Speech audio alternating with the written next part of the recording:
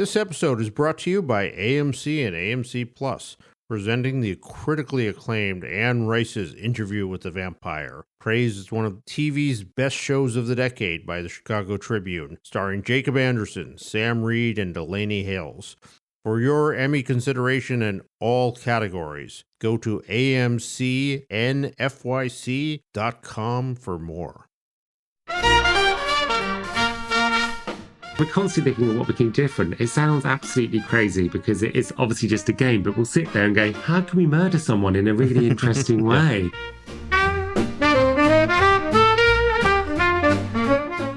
Hello again. Welcome back to the final episode of this season of Hollywood Stories, Tales of Television. Today we're going to do something a little different. Most of our stories have been sort of out of the mists of time from ancient history of Hollywood.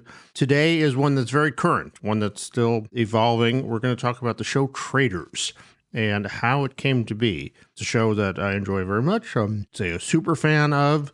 I think what's interesting about it is that the reality space is so packed and crowded. First of all, how do you make a new show that breaks through, as this one in just a couple seasons really did, coming from nowhere on Peacock Network to dethrone RuPaul and win the Emmy for Best Reality Show, but also to do something that's really different and stands out. And that's what they did. They took the reality format, which is a very well-trod format, to a really different and new place that makes it really interesting.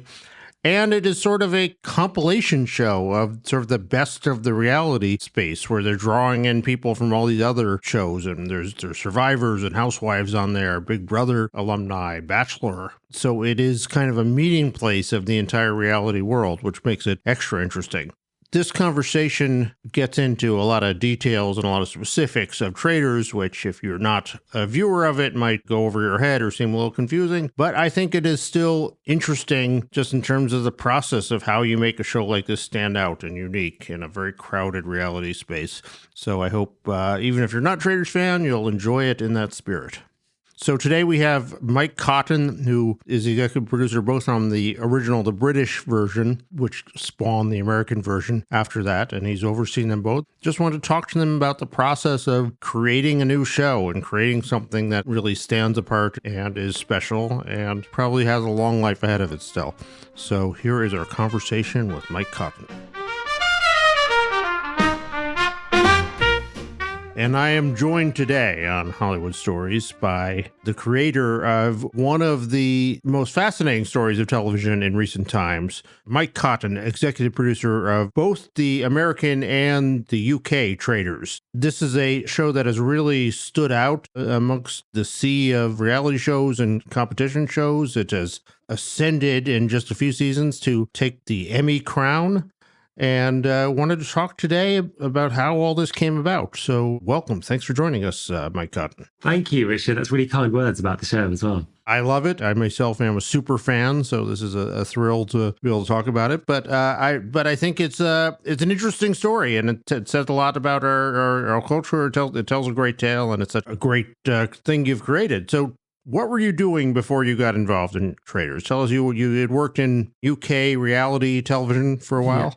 Yeah, absolutely. I work, I'm a creative director as well at a company called Studio Lambert, and we make lots of reality programming. Prior to the Traitors, I was working on a show called Gogglebox, which is a show that's huge in the UK, where we have people watching TV. Sounds like a terrible concept, but it's actually fascinating. Tell me about that show. I got to say, that pitch doesn't leap off the page to me. Initially. It's a TV show that we make here in the UK for Channel 4 in the UK, and it's actually sold to about 30 countries around the world. And the idea of the show is that we have households throughout the UK have fixed cameras in their homes, and they watch the week's TV, and at the end of the week we create a show where you watch the households watching the week's best TV.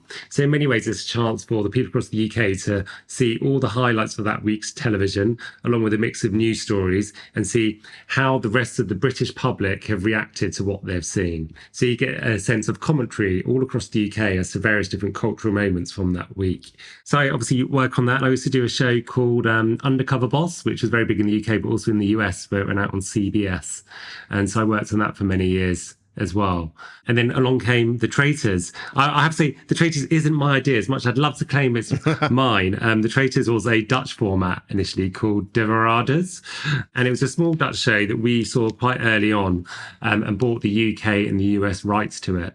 And then sort of took that idea and helped supersize it for a UK and a US audience. Well, let's go back a little. Can you tell me a little about what is the difference, as you see, having worked on both sides, between British TV sensibilities and American? I've always found that British are much more comfortable being sort of irreverent and informal and less stuffy than when it comes to these formats than the US. Is that your feeling? I think it's quite interesting. I think British people, that when they take part in these shows, I think there's a different sense of humour between the UK and the US people that take part. I think you're right. I think UK contestants are probably a bit more reverent. I think UK people play these types of shows with much more emotion. Whereas I think it's quite interesting, the Traitors, obviously, we have a UK cast who are everyday folk, I guess, civilians, as you could call them, who haven't appeared on TV before. And then in the US version of the Traitors, we have reality stars and celebrities take part. And the way that they approach the game is very different between the two. Yeah. So, what were the differences with the Dutch version that you found? What about the Dutch version spoke to you and said this is sure. When we went to see the original Dutch version, they had a Dutch castle, and I went along to have a look at it. And it was a new concept, I guess, at the time. There'd been a glut of dating shows, of singing shows, of talent shows. And I think what we found really interesting was that this was sort of a game of trust and deception. With a lot of strategy built into it. And I felt like I hadn't seen that on TV before. What fascinated most is that they were one of the first things that they told me when I met them was that we don't call this a TV show, we call it a game, just like a game of Monopoly or a game of Clue. And the TV comes secondary. First of all, we're concentrating on creating an immersive experience for our players. The game of Traitors has a set of rules, just like something like Monopoly, that the players have to abide by. And they said it's all about creating like a immersive psychological game that they play within. And I was there watching these contestants who'd been in this cast for a day, bursting into tears, talking about people that had been murdered. And I was like, has the world gone mad? These people haven't been murdered. They've just gone home. But it was all about the environment they created. And I think that when we saw that, we decided that we could take that and we could build on that and supersize it. So we looked at the challenges and the missions that they do. We started to layer in more twists. I think the budget, obviously, on the Dutch show was quite a small show and we had a larger budget. So we thought we could treat it a bit like a drama would, like a murder mystery drama, shoot it in that way, create a bigger, more immersive environment for the players. And we just sort of did that and built on it from there. And when you came to casting the British one out, what were the qualifications you were looking for in the British one? Because the US one has a very particular...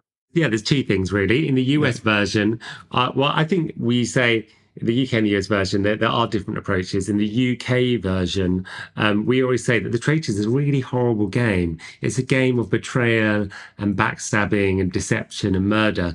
So it's quite interesting to have really nice people that you'd like to go for a drink with in a bar or hang out with, playing a really wicked game. And so our test in the UK is that we want people who we think have got the capabilities to be able to play it, but are nice people that you want to hang out with and to see what happens when they get put into this scenario. The difference with the US is that we obviously have a cast of celebrities and reality competitors who have played lots of these games before. So we're sort of casting it in a slightly different way. We're looking at what different qualities each of those contestants could bring to the game. In the US version, we have housewives play it who aren't obvious gamers, but actually they're amazing social strategists. They know how to socially play people and how to manipulate them.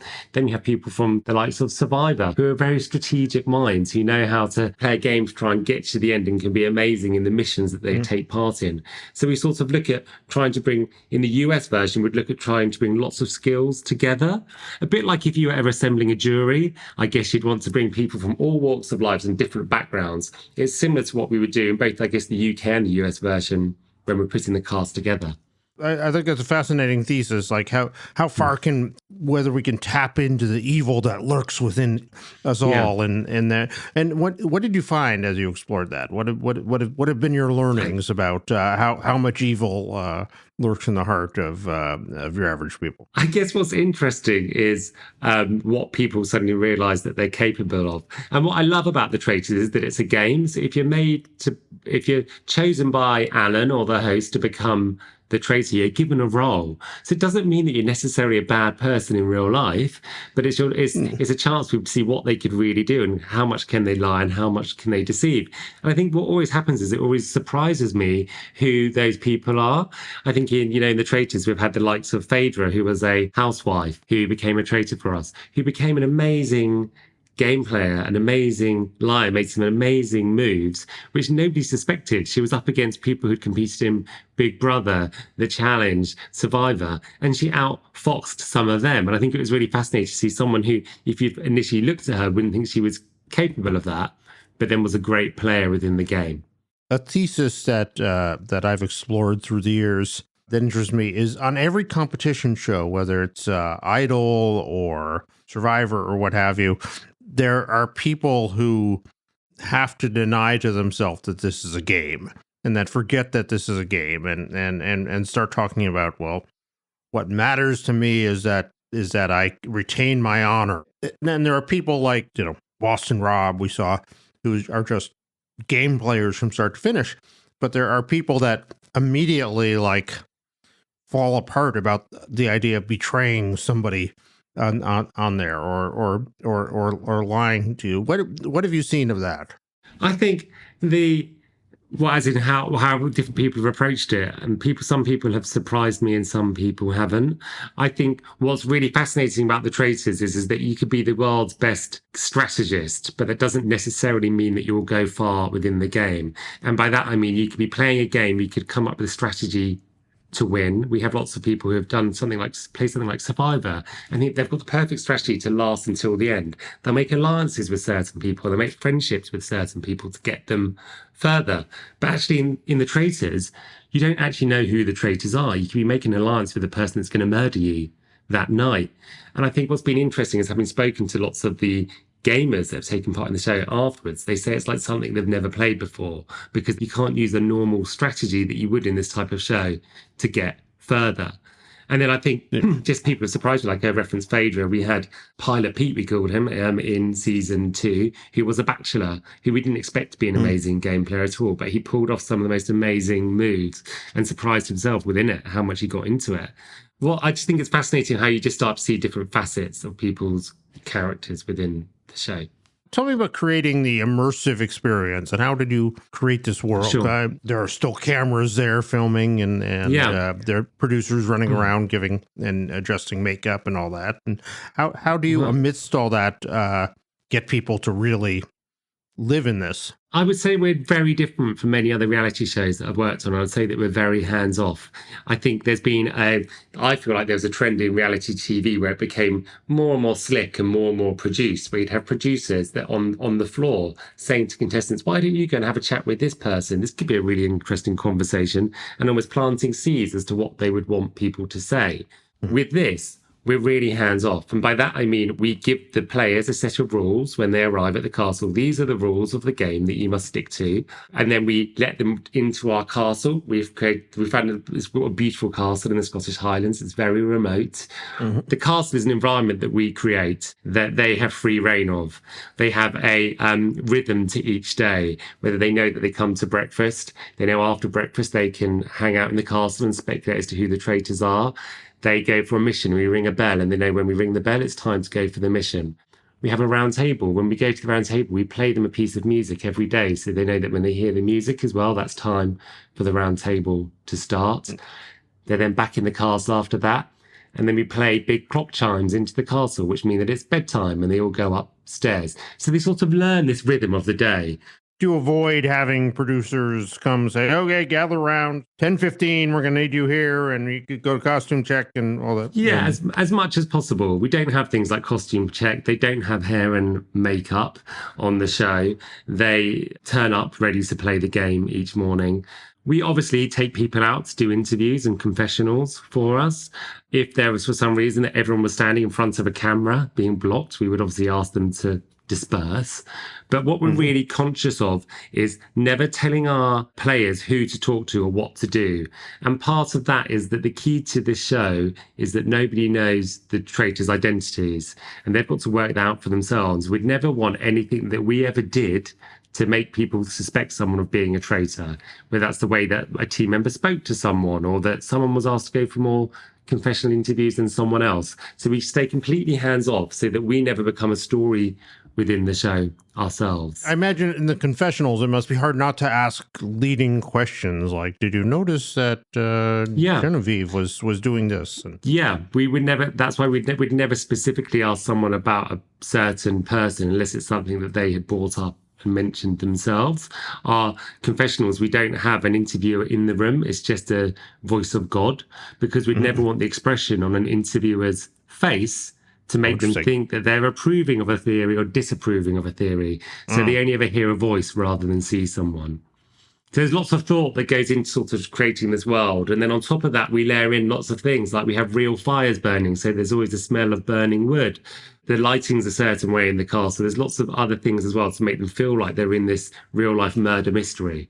So when you came to the US one, casting Alan, tell me about how that process went.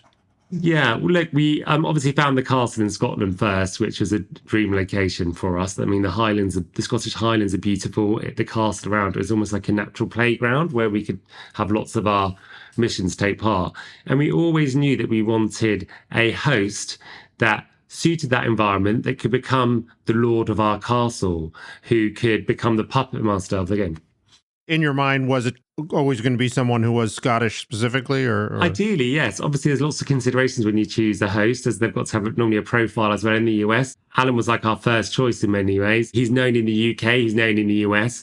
What we loved about Alan, what we still love about Alan, is that the show is quite dark and treacherous, and he has like a bit of camp and a bit of humour with a cheeky wink, and it sort of lightens all the darkness within it. And then I think when we met Alan, we sent him the Dutch versions to watch. And he came back straight away and went, I've stayed up for hours watching this. I absolutely love games like this. I used to play Mafia and Werewolf with my friends. And that was the perfect answer for us, really, because he loved the game, had a passion for that. He's super involved now within the production. You know, when we're filming, Alan's watching every moment himself whilst he's getting ready. I don't know of another show where the host becomes sort of a creation like that, where he's talked about how he plays it as sort of a Bond villain and everything, where he becomes a real character in that way, not just sort of a smiling host. Yeah. How did that evolve? Well, I think we always knew that we were trying to create a real life murder mystery. Alan isn't a typical host. He didn't host lots of shows. He's obviously an amazing actor. And I think what we liked that fact about him. We liked the fact that he would treat it as a role. He would be the puppet master within the game. And he's evolved that role himself. The costumes, him and his stylist, Sound Spectre, have helped evolve those, and they've become a bigger thing, and they've become sort of a part of the show. We let him sort of create this character. And, you know, there's bits of the real Alan in there as well. Yep. But he also plays, I think he plays the role of a puppet master really well.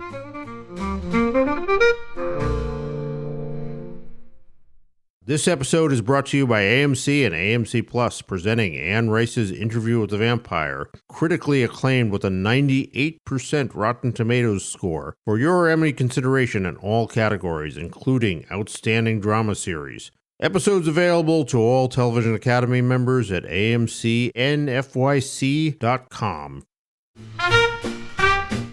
So in the U.S., the first season was sort of a mix of reality stars and normal people. So how did that evolve, and tell me how that worked out? Well, the original Dutch version of The Traitors actually had sort of reality stars featuring within it rather than regular people. We made the BBC version that had non-celebrities appearing in it. I think when we came to first making the season 1 of the US version, we thought we would try something different. And by that, we liked the idea of having some regular people in the mix, as well as some people who did have a celebrity profile or who were well known in one way or another.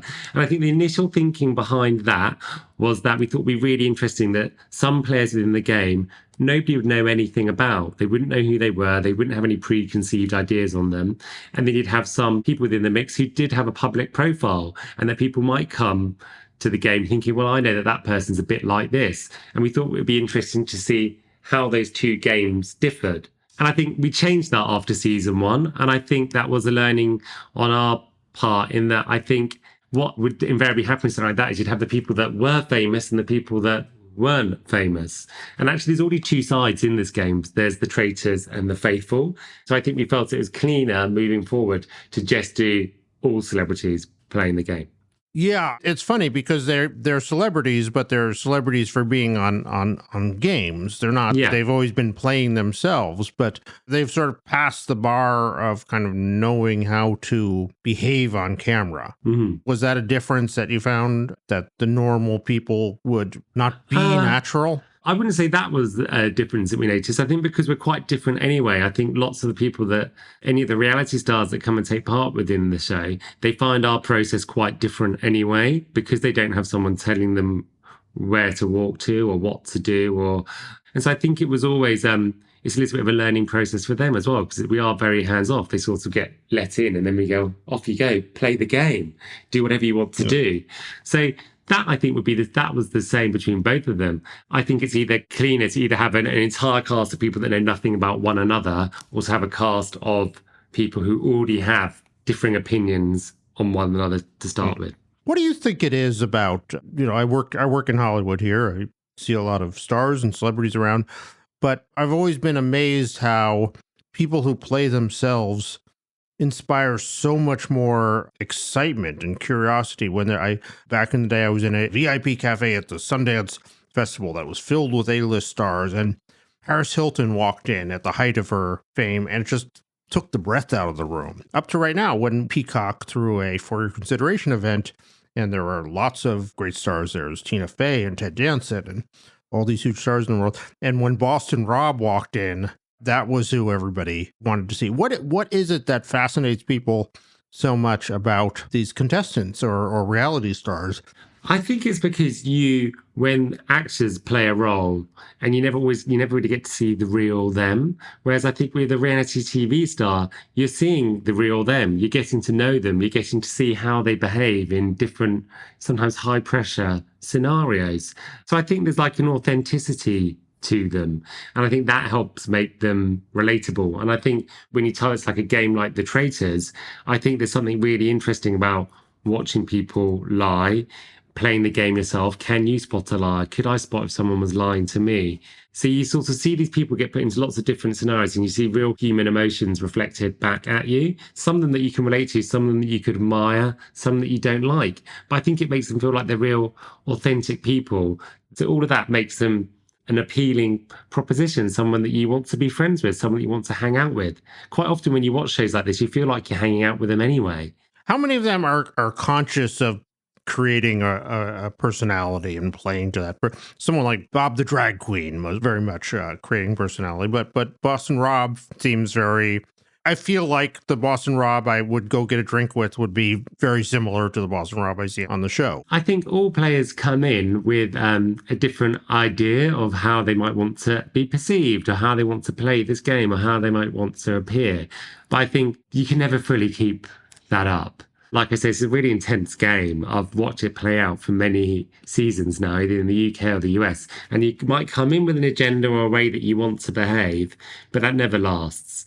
When you're in this castle that, day and night, sometimes at those round tables, you're put under intense scrutiny or intense pressure, or you're desperate to stay in the game longer and you're worried you're going to be murdered at night, that you can't keep up an act for that whole time. So I think that's what's fascinating, is that I do feel like we get to see the real side of people.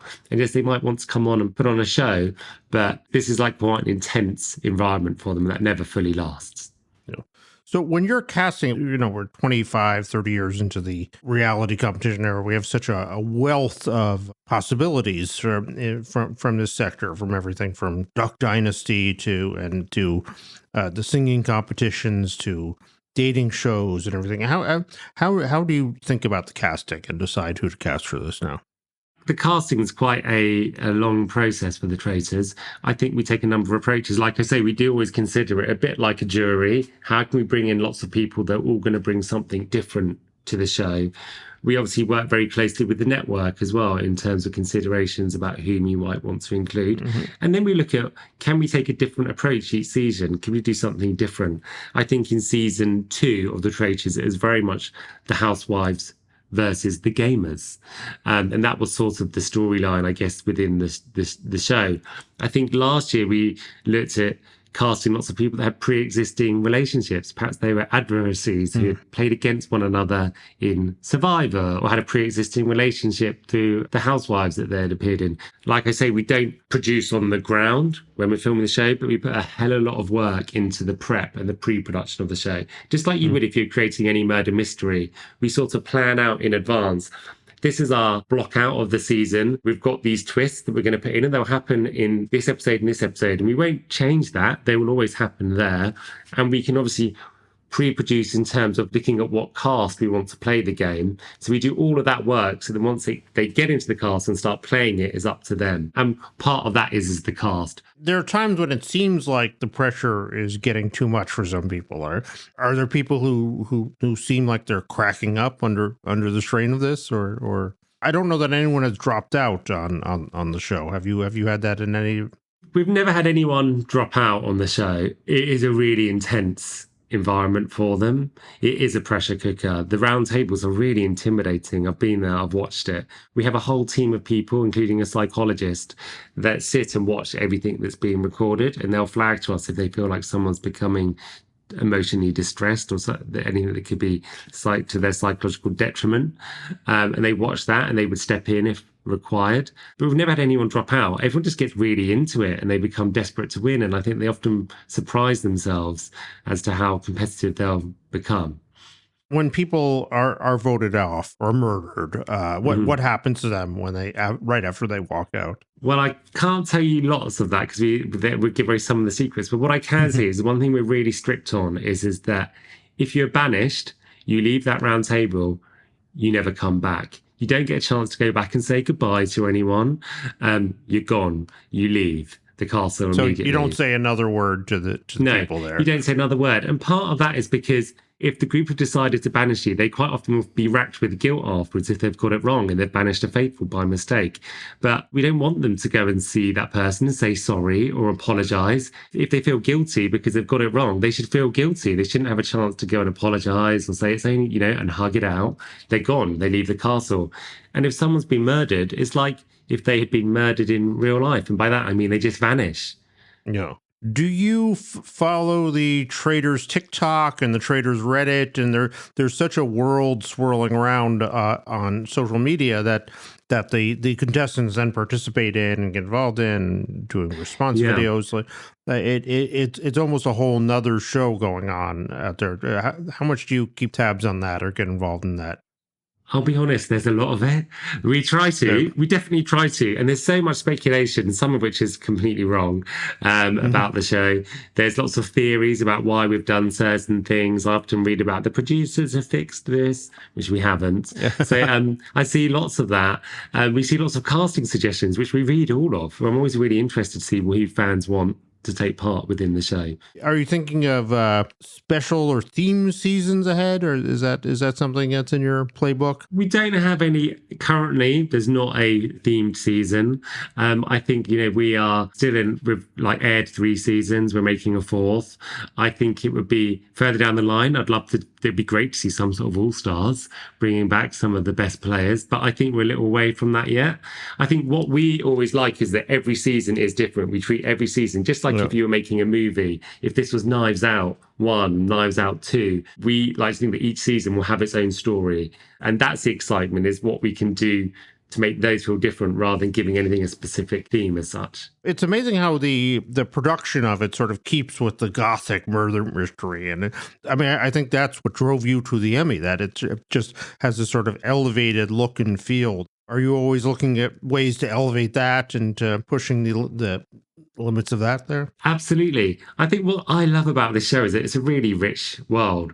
We can take inspiration from murder mysteries, from thrillers, from horror movies, and we're constantly thinking of what we can do different. It sounds absolutely crazy because it is obviously just a game, but we'll sit there and go, how can we murder someone in a really interesting way? Yeah. What can we do? What's the next twist? And we take lots of inspiration from all sorts of films and movies, and we do try to treat it like a drama. We have an amazing director, an amazing DOP who work really hard to make sure that whilst we're hands off, we can still shoot it in a beautiful way. Some of the contests there are truly diabolical, sticking the hands into the tub of bugs and things like that. Do you, Yes. What is the process of coming up with those things and thinking, how far can we go with this? Yeah, exactly. Yeah, they were. I mean, the mission, we call them the missions, and I think they serve two really interesting purposes. I think the purpose of the missions is for them to all work together to build up this big communal prize pot of money. Yeah. And there's a psychological thing about that on those missions, they can achieve something together as a team. Whether they're traitors or faithfuls in the missions, they're all one. But when they get back to the castle, they've all got to start turning on one another and banishing each other again. So having that shared moment of success actually makes the betrayal back at the castle all the greater. But also those missions, we've sort of tried to elevate and move them on each season. I think in season 1, people liked the missions, but it almost felt like it was the moment people would go and get a drink because everything else was so intense that it was a chance they could step away. So we've tried to weave the gameplay and storylines more and more into the missions each year. Players can now win shields in the missions, which protect them from murder. Last season, those missions would also result in murder shortlists and other things like that. Kate, so I love how she always just said, no, I'm not doing that. No, I'm not. Yeah. And she speaks for me. What has surprised you the most in making this? What has come up that wasn't expected, if anything? I think what surprised me is how I have been personally surprised by some of the cast that we have within it. And by that, I never expected some of the housewives to be as amazing players as they are, because you would expect if they're pitted against someone, if you had someone who was a housewife or who had appeared in a reality show like that versus someone who's won 3 seasons of Survivor and is the champion of Big Brother, you wouldn't expect them to fare as well against those contestants. But what I've been most surprised is how some people can become unexpected gamers and can play the game really well and immerse themselves so much within that. And then 2, just how it always surprises me how immersed the cast become within it, because they'll turn up at this castle and they'll initially be like, oh yeah, it's just a game, I don't mind. And then 3 episodes later, they'll be crying because their best friend has been murdered in the night. And I think the fact that they become that immersed within the game is actually really amazing. Really, makes me realize that we're onto something special. Anything you want to tease for season 4 coming? I would love to, but our whole show survives on secrecy. But what I would say is that I think the next season coming is going to be really exciting. I think we've got a brilliant cast. We've got some new twists that we're putting in that I think will keep them on their toes. But if I revealed any details about that, I think I would... They would have to kill you. Yeah, they would have to murder me. They have to murder you. Yeah. Mike Cotton, thank you so much. The show is Traitors, US and UK. As I said, I am a super fan, and fascinating to hear about how a show like this comes together. So best of luck to you. Thank you, Richard, and thank you for watching it. My pleasure. So there it was, our conversation with Mike Cotton, executive producer of Traitors, a really fun show and really interesting show at this moment in television. And I thought that was really interesting just to hear the process of what it takes to bring a show like this together and to create it. Thank you to Mike for joining us, and thank you to all our guests from this season of Hollywood Stories, Tales of Television. Thank you very much for listening. We'll be back probably in a few months with another season of Hollywood Stories. What will we be focusing on then? Who can say? But hope you'll join us when we return, and thanks for being a part of this season.